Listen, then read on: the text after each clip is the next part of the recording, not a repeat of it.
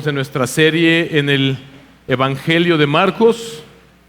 Así que vamos a Marcos capítulo 4, versículos 35 al versículo 41. Este es un pasaje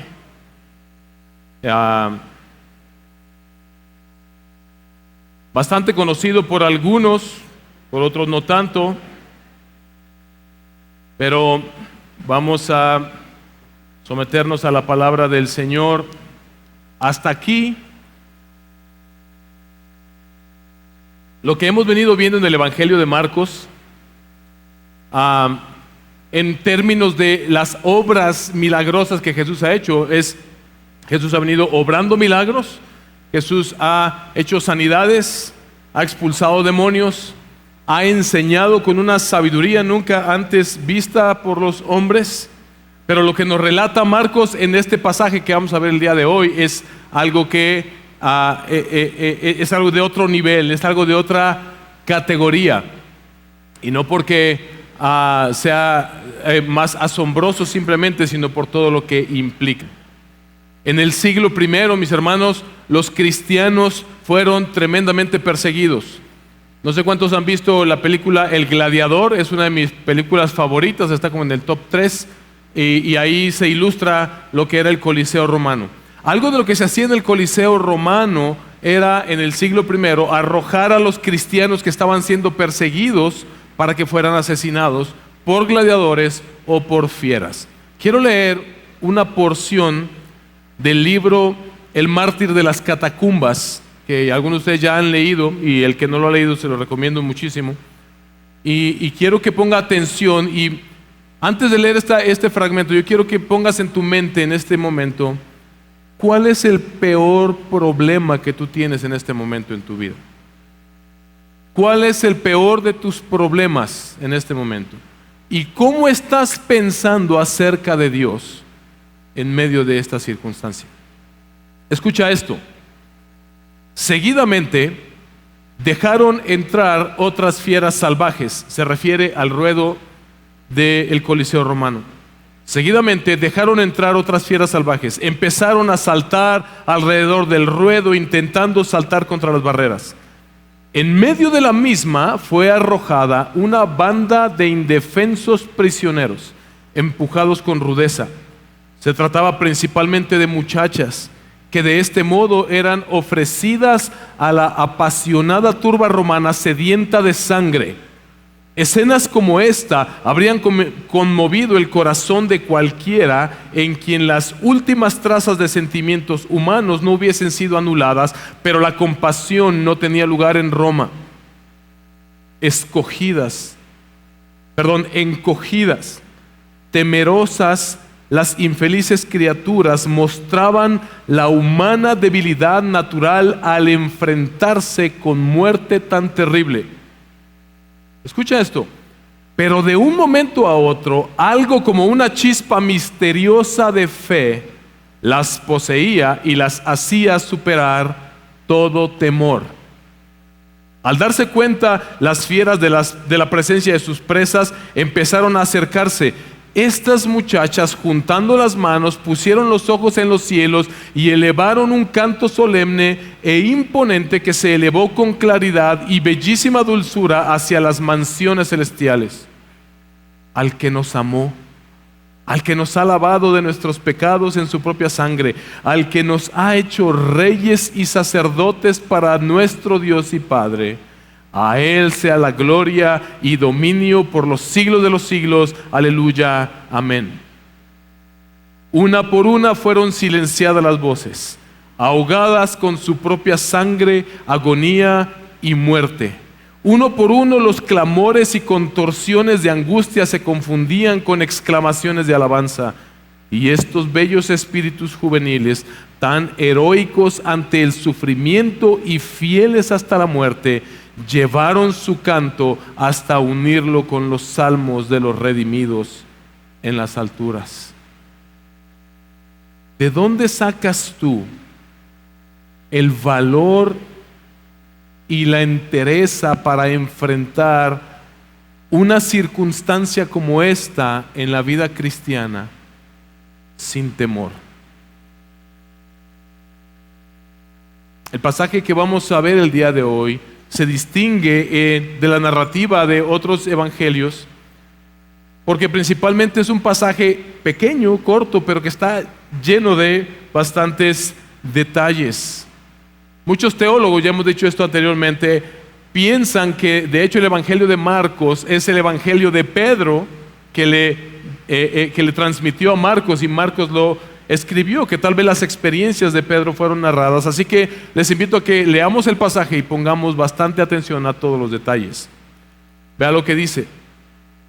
Versículo 35 del capítulo 4. Ese mismo día, caída ya la tarde, Jesús les dijo: pasemos al otro lado. Despidiendo a la multitud, lo llevaron con ellos en la barca como estaba, y había otras barcas con él. Pero se levantó una violenta tempestad y las olas se lanzaban sobre la barca, de tal manera que ya la barca se llenaba de agua. Jesús estaba en la popa, durmiendo sobre una almohadilla. Entonces lo despertaron y le dijeron: Maestro, ¿no te importa que perezcamos?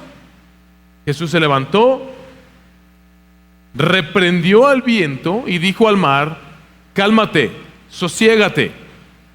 Y el viento cesó y sobrevino una gran calma. Entonces les dijo: ¿por qué están atemorizados? ¿Cómo no tienen fe? Y se llenaron de gran temor y se decían unos a otros: ¿quién pues es este que aún el viento y el mar le obedecen? Es interesante los detalles que nos da al principio, cuando dice que ellos embarcaron al atardecer. Y dice ese mismo día. ¿Cuál mismo día? Bueno, vimos la semana pasada y la semana antepasada cómo Jesús estuvo un día enseñando arduamente en parábolas a las multitudes y luego a sus propios discípulos. Y recuerdan que él siempre había pedido que tuvieran ya una barca preparada porque la multitud lo apremiaba. Entonces Jesús sube a la barca, dice que lo trajeron como estaba. Era ya al atardecer, ya empieza a oscurecer, y Jesús les dice: pasemos al otro lado. No olvides esto. Jesús les dijo: pasemos al otro lado. Y dice que despidiendo la multitud lo llevaron como estaba. ¿Qué significa como estaba? Estaba cansado. ¿Cómo lo sabemos? Pues nos dice que fue ese mismo día, ya al atardecer, después de un largo día de enseñanzas, y más adelante nos dice que estaba dormido. Esto nos muestra que Jesús es completamente hombre. Jesús es completamente hombre. Solo aquellos que están cansados necesitan dormir. Pero dice que Él les dijo: pasemos al otro lado. Pero mientras embarcaron y comenzaron esta travesía, se levantó una violenta tempestad. Lo que es interesante aquí es que la palabra que se usa para violenta o gran es la palabra en el original griego, la palabra megames, que es de donde obtenemos la palabra mega. Como cuando tú dices, bueno, lo que está diciendo aquí es que esto era una mega tormenta. Una tremenda y violenta tormenta. Ahora, este era el mar de Galilea, es un lago. Y es completamente posible, dadas las condiciones del terreno en el que se encuentra. Hay montañas alrededor, donde los vientos, cuando cambia el clima, el sol, la combinación de los vientos fríos más altos y los vientos más cálidos abajo, forman tormentas. En el mismo lago de Yuriria, algunos hermanos de aquí han experimentado un torbellino que se levanta allí. Así que esto era totalmente posible y común. Las tormentas en el lago de Galilea, en el mar de Galilea, hasta el día de hoy son comunes, pero esta era una mega tormenta. Y lo sabemos también porque ante esta mega tempestad, los discípulos estaban aterrorizados, dice el pasaje. Ellos estaban con un gran temor, dice. Ahora, es interesante esto porque ellos acostumbraban a atravesar ese mar de Galilea, o por lo menos salir a pescar. Algunos de ellos eran pescadores. No es como que no hubieran experimentado una tormenta nunca antes. Pero históricamente, culturalmente, los judíos siempre han tenido un gran respeto por el mar, y en aquel tiempo mucho más, porque representaba como algo tan vasto que los podía destruir. Representaba el poder a veces también de Dios que va más allá de lo que el ser humano puede comprender. La reacción de los discípulos nos muestra que era una tremenda tempestad, que aún los pescadores estaban atemorizados. Pero Jesús está durmiendo en la proa, en la popa, dice el pasaje. En una de las partes del barco estaba durmiendo sobre una almohadilla. Esto es bastante interesante, porque la pregunta que nos debemos hacer: ¿quién puede dormir en medio de una tempestad así? Arriba de un barquito que a lo mejor no era más grande que esta área café del púlpito, o tal vez un poco más grande, donde cabían tal vez unas 10 personas, y estás siendo azotado por el viento. ¿Quién puede dormir en medio de una mega tempestad? Y la respuesta es alguien que está muy, muy cansado, y alguien cuya confianza está en Dios, que gobierna sobre las tormentas. Pero los discípulos están desesperados, y entonces acuden a Jesús con una pregunta. Y aquí surge la primera pregunta, la cual es un reclamo desesperado para con Jesús. Y le dicen: Maestro, ¿qué no te importa que perezcamos? Me encanta esta pregunta. Yo creo que es la peor pregunta en toda la Biblia. ¿Qué no te importa que perezcamos? Yo me puedo imaginar a Pedro narrándole esto a Marcos y diciéndole algo como: ni te imaginas lo que le dijimos al Señor. Le preguntamos que si no le importaba que pereciéramos. Ahora, hay varias consideraciones que tenemos que tomar en cuenta aquí. Si tú te das cuenta de quién fue la idea de atravesar el mar de Galilea, de Jesús. Ellos no están en medio de ese lago, en medio de esa severa tempestad que atenta contra sus vidas, por un acto de desobediencia. De hecho, están ahí por un acto de obediencia. Jesús les dijo: vengan, vamos al otro lado. De tal manera que es equivocado pensar, mis hermanos, que cuando una tempestad viene a tu vida, cuando los problemas severos se acercan y llegan a tu vida, es incorrecto pensar que necesariamente eso es un castigo del Señor. Pero lo otro que tampoco debemos olvidar es que tal vez, y solo tal vez, Dios lo está permitiendo con un propósito específico para tu vida. Jesús mismo fue quien los guió a esta tormenta, porque, mis hermanos, Jesús no nos prometió que seguirlo a Él era equivalente a una vida sin problemas, a una vida sin tempestades.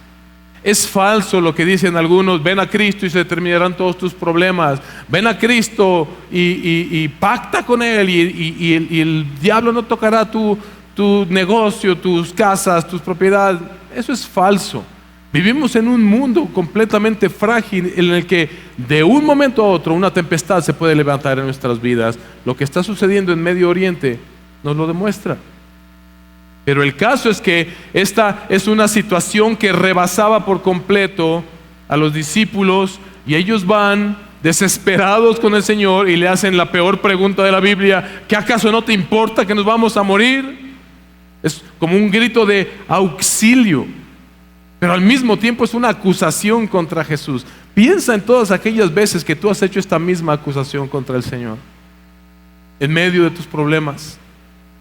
Y tal vez no lo expresas verbalmente, pero tal vez en tu mente es como: ¿es en serio, Señor?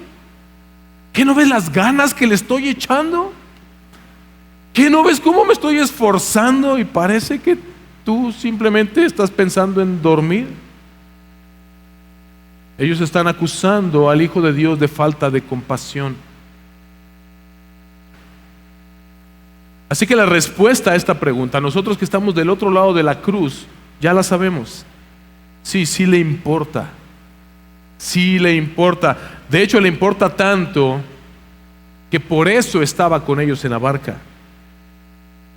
No solamente por eso estaba con ellos en la barca, por eso es que Él se despojó de su gloria, como dice Filipenses 2, y asumió la forma de siervo, haciéndose uno de nosotros, humillándose hasta lo más humillante, haciéndose obediente a la muerte y la muerte de cruz por nuestros pecados. En esa cruz, mis hermanos, Jesús aplacó la ira de Dios sobre nuestras vidas. Esa es la tormenta que no quieres enfrentar en tu vida. Y si tú no has venido a Cristo todavía, déjame decirte, la peor tormenta que vas a enfrentar es enfrentar la ira de Dios sobre tu vida por tu cuenta. Pero Jesús vino y se entregó por nosotros. Él enfrentó la tormenta más severa que la humanidad podía enfrentar, la ira de Dios, y absorbió toda esa ira sobre Él por nuestros pecados. De tal manera que todo aquel que crea en Él obtenga el perdón de sus pecados y pueda ser librado. Porque ya Cristo aplacó la tormenta más severa, la ira de Dios sobre la humanidad. Pero es interesante también ver que después de que ellos hacen esta pregunta equivocada, Jesús hace un milagro asombroso. En lugar de levantarse a reprenderlos a ellos y darle un par de cachetadas guajoloteras, decimos aquí en México, como ves cuando alguien está así como todo desesperado y cálmate, espérate, tranquilízate.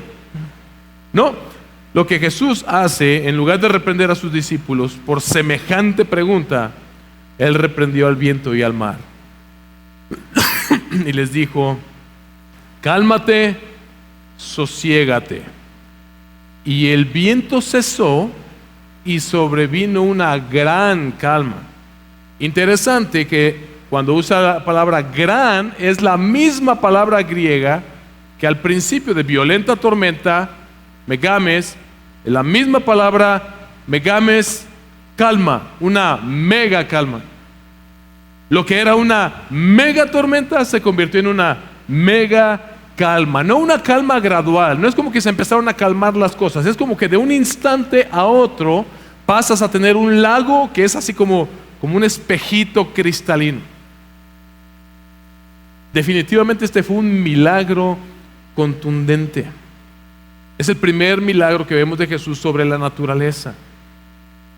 Y las siguientes palabras de Jesús son sumamente interesantes.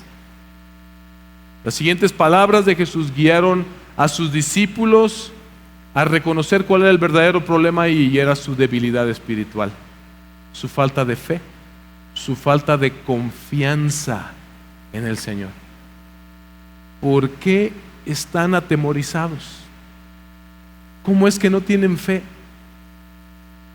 ¿Por qué están ustedes atemorizados? ¿Cómo es que no tienen fe? Es un diagnóstico de la fe de los discípulos. Lo que vemos en el versículo 40. Porque para este momento, después de todo lo que ellos han visto, ellos ya debían reconocer que teniendo a Jesús con ellos, ya fuera dormido o despierto, ellos estaban a salvo con Jesús. Ellos respetaban profundamente a Jesús, tenían un gran respeto por Jesús, como tal vez algunos de ustedes lo tienen. Lo llamaban maestro. No cualquier persona iba a ser llamar maestro en aquel tiempo, pero sus enseñanzas de Jesús no habían hecho estrago en sus corazones, produciendo la fe necesaria.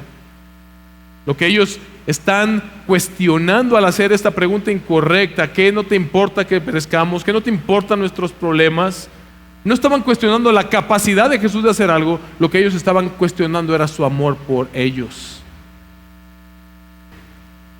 Parecía que en el momento más difícil, en el momento en que más necesitaban a Jesús, Jesús estaba dormido. Ellos llamaban a Jesús maestro, pero algo no había acontecido todavía en sus corazones. Ellos tenían un muy buen concepto de Jesús. Si De hecho, por eso van con Jesús. Haz algo. Tú eres el que puede hacer milagros, haz algo. Ellos habían estado con Jesús viéndolo sanar enfermos, expulsar demonios, enseñar con una sabiduría que nadie ha tenido antes. Si tú les hubieras preguntado a los discípulos en aquel momento, oye, tenemos un enfermo, no, Jesús lo puede sanar. Oye, hay un endemoniado allá, Jesús lo puede liberar. Ellos tenían un muy buen concepto de él.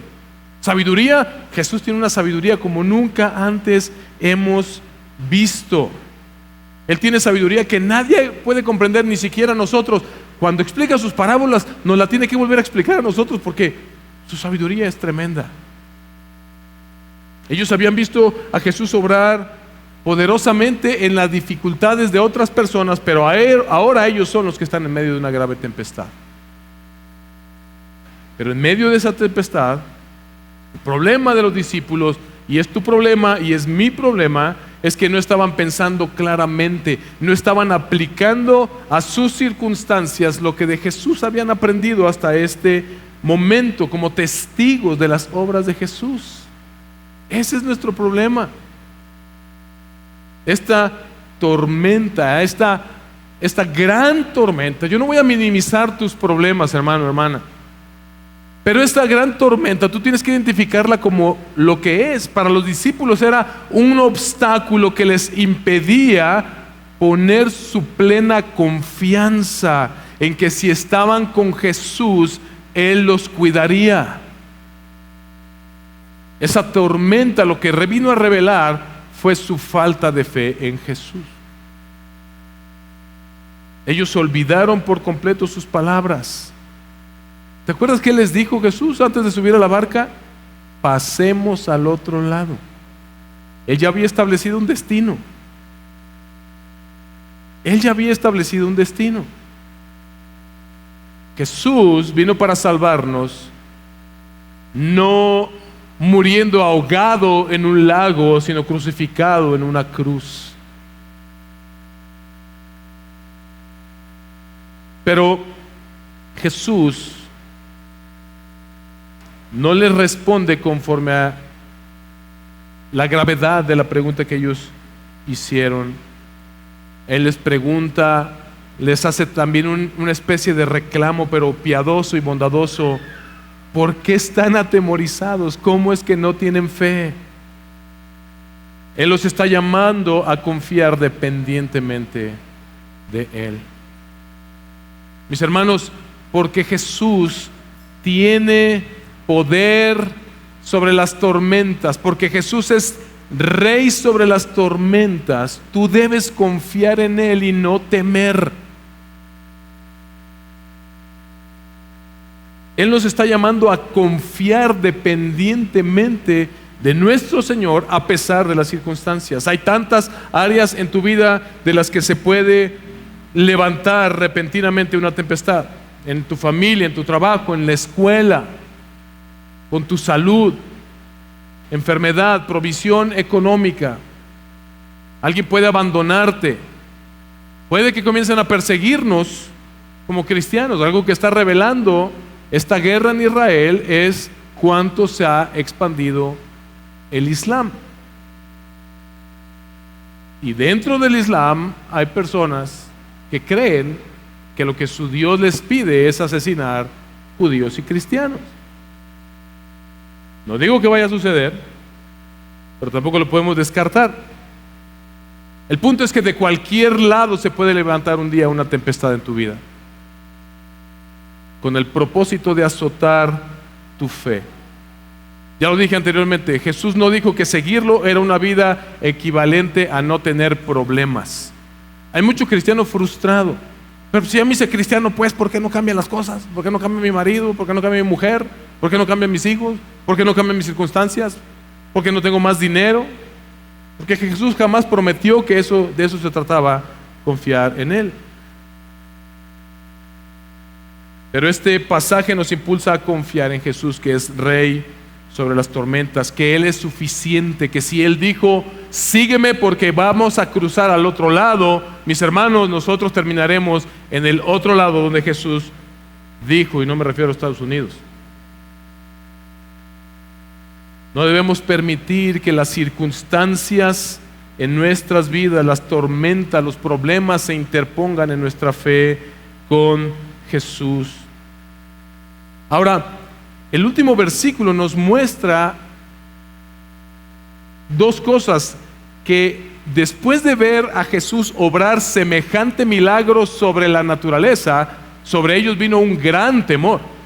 Entonces tienes una gran tormenta, Jesús con su poder la convierte en una gran calma y produce en los discípulos un gran temor.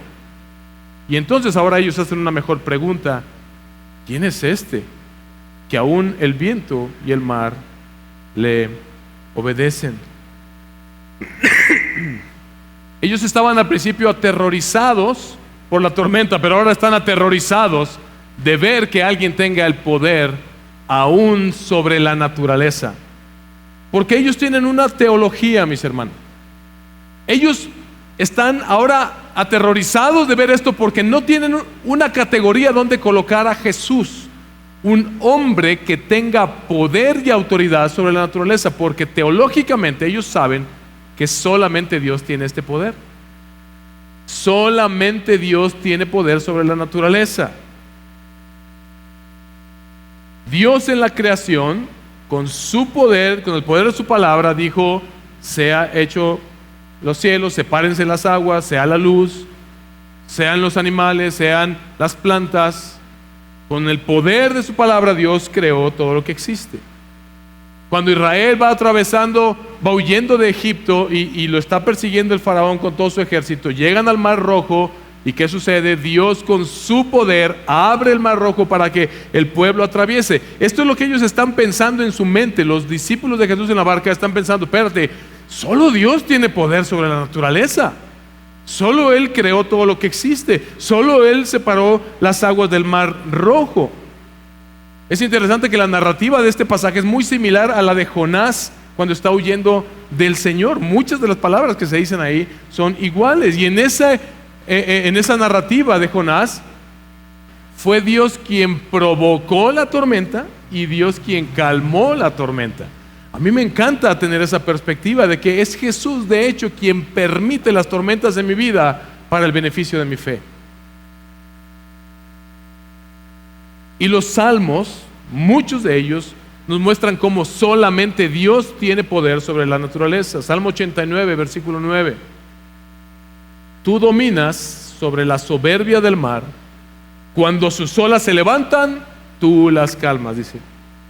Hay muchos salmos como este, pero hay uno que es sumamente impresionante. Ve lo que dice, Salmo 107, versículos 23 al 30. Y es impresionante porque parece casi profético. Parece que está narrando más de 700 años antes lo que los discípulos iban a enfrentar. Salmo 107, versículos 23 al 30. Búscalo en tu Biblia o ahorita va a aparecer en la pantalla. Escucha lo que dice: los que descienden al mar en naves y hacen negocios sobre las grandes aguas han visto las obras del Señor y sus maravillas en lo profundo. Pues Él habló y levantó un viento tempestuoso que encrespó las olas del mar. Subieron a los cielos, descendieron a las profundidades, sus almas se consumían por el mal, temblaban y se tambaleaban como ebrios, y toda su pericia desapareció. En su angustia clamaron al Señor, y Él los sacó de sus aflicciones. Cambió la tempestad en suave brisa, y las olas del mar se calmaron. Entonces se alegraron porque las olas se habían aquietado, y Él los guió al puerto anhelado. Por eso estaban aterrorizados, porque solamente Dios puede hacer esto. El cansancio de Jesús durmiendo en la barca nos muestra que era completamente hombre, pero que lo que Jesús acaba de hacer nos muestra que Él es completamente Dios también. En su humanidad, dormido por el cansancio; en su divinidad, calmando la tormenta con el poder de su voz. Mis hermanos, Jesucristo, hombre, es el Dios encarnado quien puede hacer lo que solamente Dios puede hacer. Jesús no solamente estaba haciendo demostraciones de milagros. Lo que Jesús estaba haciendo era desplegar todo su poder enfrente de los hombres, para que ellos vieran que este hombre que tenían enfrente de ellos era Dios mismo delante de ellos. El que tiene poder sobre la enfermedad, el que tiene poder sobre los demonios, el que tiene toda la sabiduría, el que domina aún sobre la naturaleza. Y cada vez que Jesús obró un milagro, fue para el beneficio de otros. Piénsalo. Siempre que Dios obra un milagro en la Biblia, es para el beneficio de los hombres. Por lo tanto, nosotros debemos confiar, mis hermanos. Jesús es Rey sobre las tormentas, es Dios sobre todo. Por lo tanto, tú y yo debemos confiar en Él y no temer. Lo que era un temor incorrecto en la vida de los discípulos se convirtió, después de ver este milagro, en un temor reverente a Dios, en un temor de Dios. Y pudieron formular una mejor pregunta: ¿quién es este? Esta es la pregunta que se ha venido formulando en todo este tiempo en la serie. ¿Quién es este? No entendemos qué está sucediendo con este hombre y con todo lo que él está haciendo. Por supuesto, tú y yo ya sabemos quién es. Y Marcos nos lo dijo al principio de su evangelio, el evangelio de Jesucristo, el Mesías, el Hijo de Dios. Pero Marcos nos va mostrando cómo hasta este punto, y de hecho en todo el libro de Marcos, nadie entiende quién es Jesús, excepto el centurión que está al pie de la cruz y dice: verdaderamente este es el Hijo de Dios. Es el único en todo el evangelio de Marcos que entendió quién era Jesús.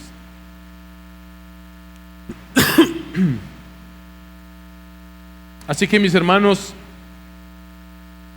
lo que nosotros necesitamos, lo que Dios quiere que entendamos, es que en cada tormenta, en cada dificultad de nuestras vidas, hay para nosotros una oportunidad de descubrir el estado débil de nuestra fe y, por otro lado, asombrarnos de la soberanía y del poder de nuestro Dios al verlo obrar.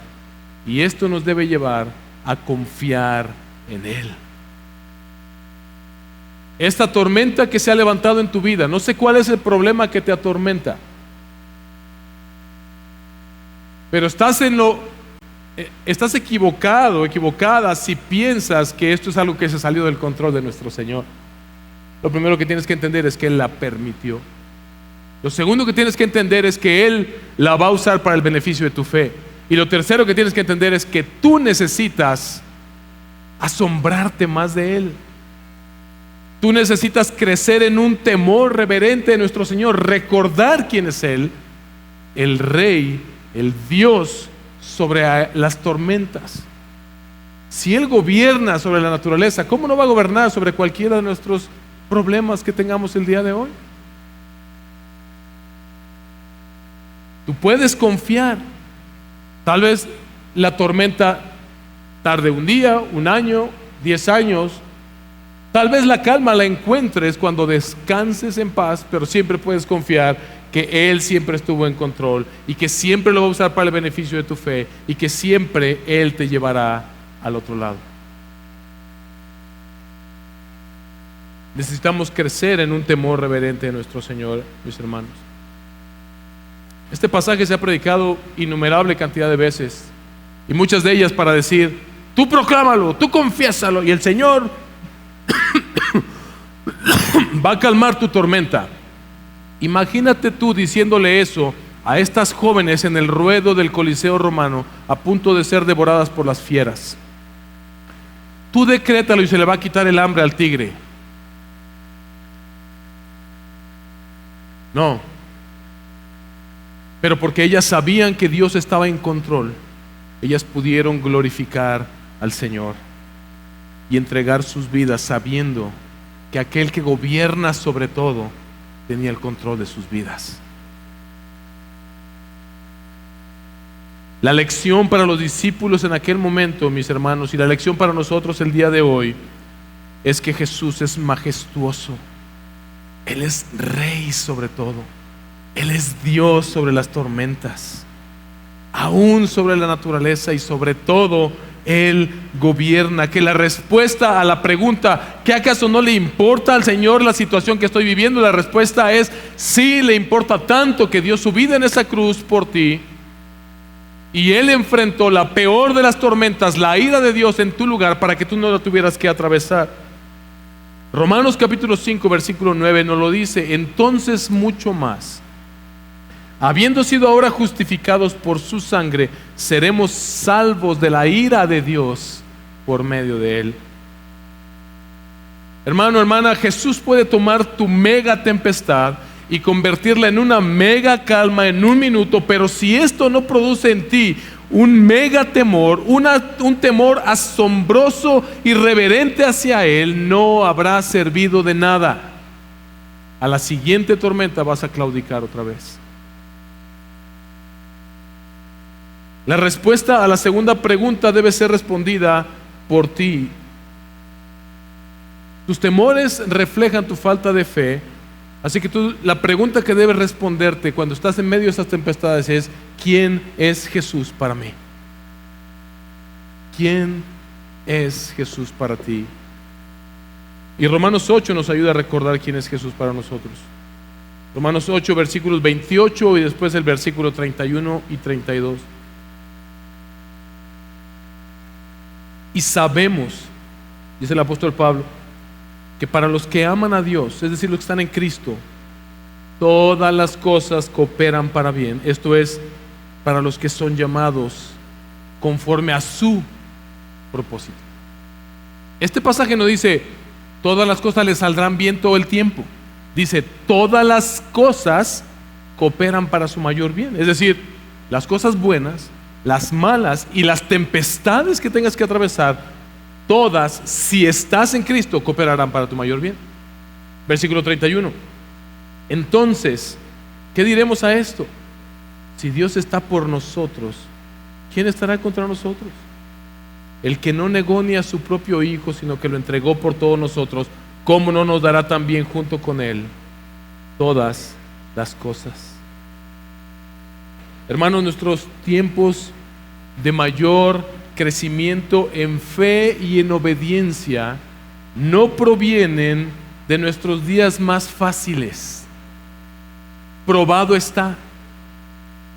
Tantito nos empieza a ir muy bien, tantito empiezan a estar las cosas calmadas y nos empezamos a olvidar de Dios inmediatamente.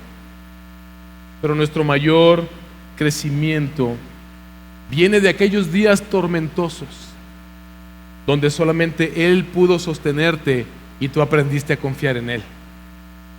Así que en aquel día, cuando Él regrese por nosotros, nosotros diremos: gloria a Dios por las tormentas que Él me llevó a atravesar, porque esos me llevaron a aferrarme a Él, a conocerlo mejor, a confiar plenamente en Él. La pregunta que tú y yo nos debemos hacer ahora, en medio de nuestras tempestades, la que va a dirigir nuestras actitudes ante las tempestades, es: si Cristo es Rey sobre la tormenta, ¿cómo debo yo recibir, cómo debo yo afrontar esta tormenta en mi vida? ¿Cómo Cristo se va a glorificar en medio de este gran problema en mi vida? Y eso, créeme mi hermano, te dará una mejor perspectiva y esperanza para enfrentar cualquier situación.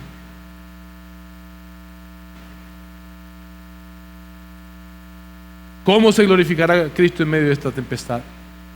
¿Cuántos recuerdan Hechos capítulo 12, cuando Pedro está en la cárcel, la iglesia toda acongojada orando por él? Y Pedro, ¿qué está haciendo en la cárcel? Está durmiendo. ¿De dónde aprendió eso? ¿De dónde aprendió eso Pedro? Él pudo recordar: yo recuerdo que en aquella mega tempestad Jesús estaba durmiendo, confiando en el Señor. Así que yo puedo dormir. Esta es una aplicación para ustedes. No hay tormenta tan severa en tu vida que te impida echarte una siestecita y confiar en el Señor. Póngase de pie, por favor, mis hermanos. Vamos a terminar.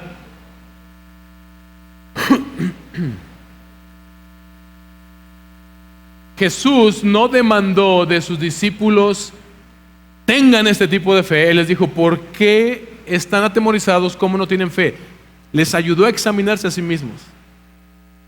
Yo no puedo demandar que ustedes tengan una fe como la que es necesaria en medio de una circunstancia así. No puedo demandarlo de ustedes porque ustedes no pueden generarla. Lo que sí pueden hacer es crecer en el conocimiento de Dios por medio de su palabra, para crecer en un asombro de quién es Él, para que eso nos lleve a crecer en un temor reverente de nuestro Señor, que nos lleve a crecer en fe. Y entonces nuestros temores y nuestras tormentas, principalmente aquellas del corazón que no te dejan dormir, que no te dejan estar a gusto, que se reflejan en cómo le respondemos a nuestras esposas, a nuestros hijos, a nuestros esposos, a los hermanos en la congregación, a la gente en nuestros trabajos, que a la final son un reclamo de ¿qué no te importa lo que me está aconteciendo? Esas tormentas en el corazón van a ser aplacadas cuando nuestra fe, que viene de un temor reverente a nuestro Señor, haya crecido. Hermanos, porque Jesús es Dios sobre todo, porque Jesús es Rey sobre la tormenta, porque Jesús es Rey incluso sobre los poderes de la naturaleza, porque Él ha hecho lo que nadie ha hecho. Él venció la muerte, Él resucitó. Este es el milagro de milagros. La muerte fue destruida porque Él resucitó, venciendo la muerte y enfrentando por nosotros la tormenta más severa, la ira de Dios sobre nuestras vidas. Tú y yo podemos confiar en Él. Repito, confiar en Él. Fe es confiar. Fe no es solamente repetir 1000 veces en tu mente, esto va a pasar, esto va a pasar, esto va a pasar, y a la N cantidad va a suceder. Fe es confiar en el Señor, con un temor reverente, para no temer a las circunstancias, sino temer al único que es digno de nuestro temor. Y Él nos llevará al otro lado como Él lo prometió. Hermanos, porque Jesús es Rey sobre las tormentas, tú debes confiar en Él y no temer. Señor.